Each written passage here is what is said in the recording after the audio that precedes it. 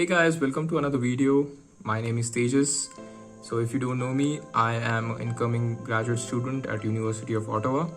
I will be joining as a master's student in computer science in the fall 2021 semester. I am still in India. I will be leaving to Canada in the month of August when everything normalizes. So I have started this channel to help you guys and share my journey and experiences from the application to reaching there. So hit the subscribe button, hit the like button, click the bell icon, those things. Moving on to this video. This video is about shortlisting universities for studying abroad. Let's not waste much time. Let's get right into it.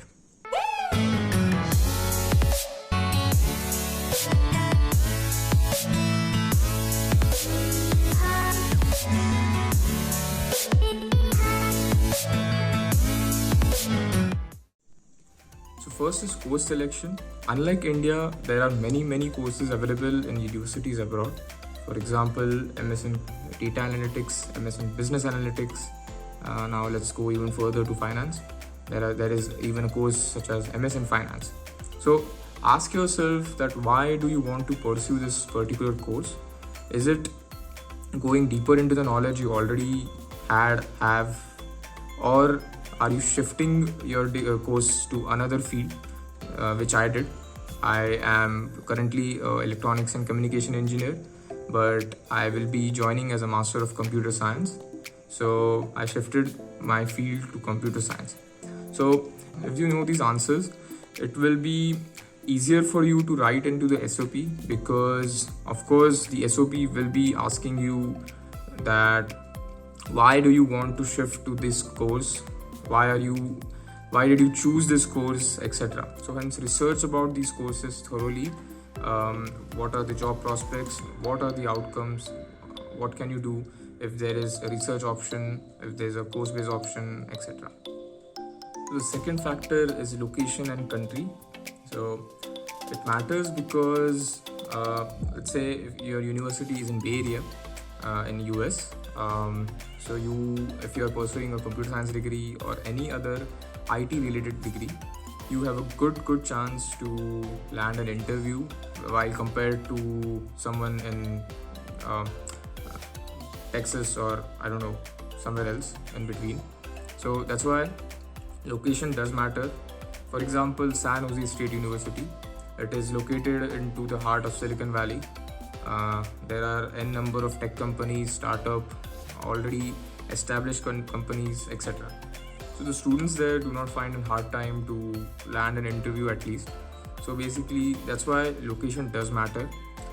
For example, in Canada, if you are in the Toronto area or Vancouver area and you want to pursue a degree in artificial intelligence or computer vision, so there are many companies there, or any other institutes there. For example, Vector Institute in Toronto area or Ontario, or there is Borealis AI, which is known for its research in computer vision and AI, which is located in BC, which is British Columbia. So in short, location would grant you a good opportunity to at least land an interview. Getting a job is up to you, of course. The second furthermore factor is immigration. So personally, I need peace of mind while studying and while working. You have to consider these factors, like how easy is it to apply for the visa, for student visa. Next, after graduation, how easy it is to work there. So the third factor is ranking. So firstly, you want to answer these questions like what do you want to do after graduation? So is it research or is it work? So depending on that, you can check out the rankings in QS World Rankings or Times Higher Education or US News, or even CS rankings specifically for CS courses. So I'll suggest, as per your outcome, search for the rankings, because now let's say if you want to do research, the search for universities which are good research outputs. So I'll talk more about CS here because I'm personally from the CS background. If you want to do research, you can check out CS rankings. It basically displays number of citations, number of publications the students and the faculty does.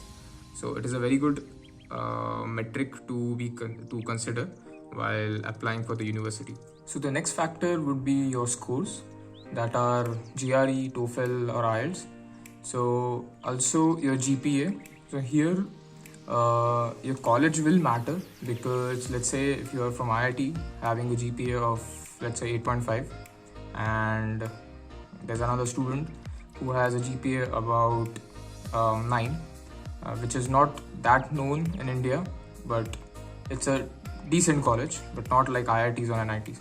So the universities would prefer the IITs or the student from IIT. So that's why college does matter. So therefore, try to get as much as GPA as you can, if you have the time, of course. So for GRE and TOEFL, I'll talk about Canada more. In Canada, there are just minimum requirement of TOEFL or IELTS. If there's a requirement of 100, you should get 100. If you get, let's say 120 or 110, it doesn't matter, because you've got the minimum requirement. And the thing for GRE is they would give you the minimum requirement for quant or verbal, depending on which course you're going to. So for example, for MSCS, it is more weighted towards quant. So that's why look for the GRE requirements thoroughly in the university website requirements. Now, when you're shortlisting your university, make a list where you have your safe universities, moderate universities and ambitious universities. Do not just randomly make them safe and ambitious. I'll just apply here. Please don't do that. Contact your seniors, contact the people who were admitted last year, talk to them, reach out to them on LinkedIn or any other social platform which you might be familiar with. Talk to them, just look at their profile, and then make a standard or make a threshold that yes, you can do this, and you can apply for this university, and this university will be in moderate category, etc. So that's why research about this and divide your universities into safe, moderate and ambitious. So the next factor is professor research. Most of the students do not do this. I don't know why, but I recommend that if you are going for a research-based master's, you should research about your professor.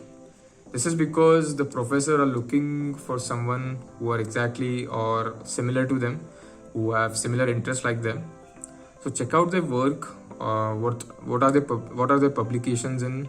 Which domain do they work in? This will help you to name them as your potential supervisor. Also, check what courses are they offering or they teach, so that they can match your interest when you get the admit, of course. So the next factor will be courses. So this course is basically when you get an admit and you have to enroll for the courses for the semesters.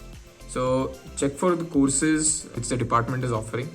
Personally, I would not go for the courses in which I have to start from scratch, because this will not only need more of my time, but also might reduce my grades because the concepts will be new for me.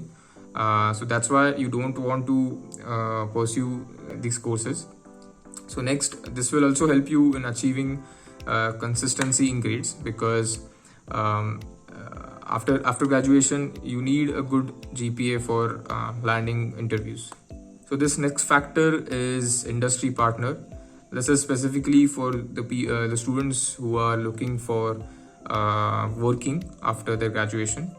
The universities have a dedicated page for the industry partners, like they have mentioned in their outcomes section, where they urge you to check out their company list, which do come in their job fairs, etc. So check those out. No one's stopping you from doing that. And don't just look for the big name companies, also look for the startups and all. Also broaden your domain. Like if you are in computer science, don't just look for computer IT companies. You can also look for health companies, financial companies, etc. There's a lot of opportunities there too. So the next important factor is batch size. Many of the students also do not even know what is batch size and why do they even consider this. So batch size is nothing but the number of seats in the particular course. So for example, in University of Southern California, there are 360 seats in computer science masters. But whereas in my university, University of Ottawa, there are around 100 to 150 seats. So why do you want to consider batch size?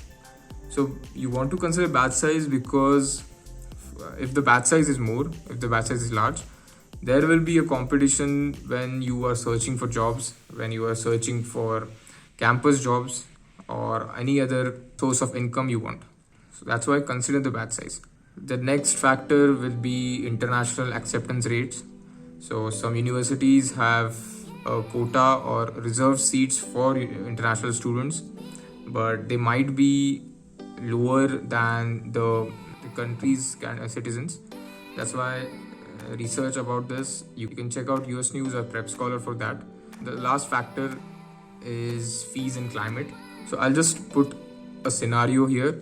So let's say if you have an admit from university rank 90 and one university ranked 100, but the university which is ranked 90 has a very high fees, but the ranked 100 has a little lesser fees.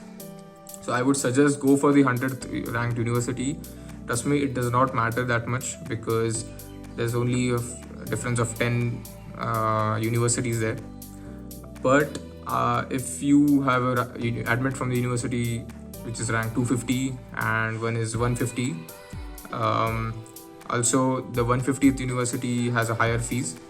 So I'll suggest go for 150th rank because in the ranking system, the difference between the universities increases exponentially when you go below, like lower ranked universities.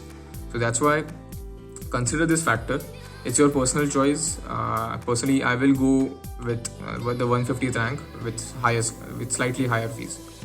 So finally, the climate. This is also a personal opinion.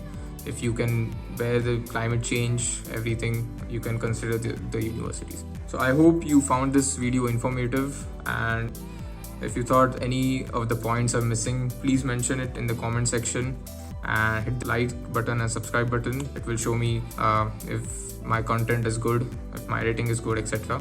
And also tells the YouTube that this video is good enough. So thank you so much and bye bye.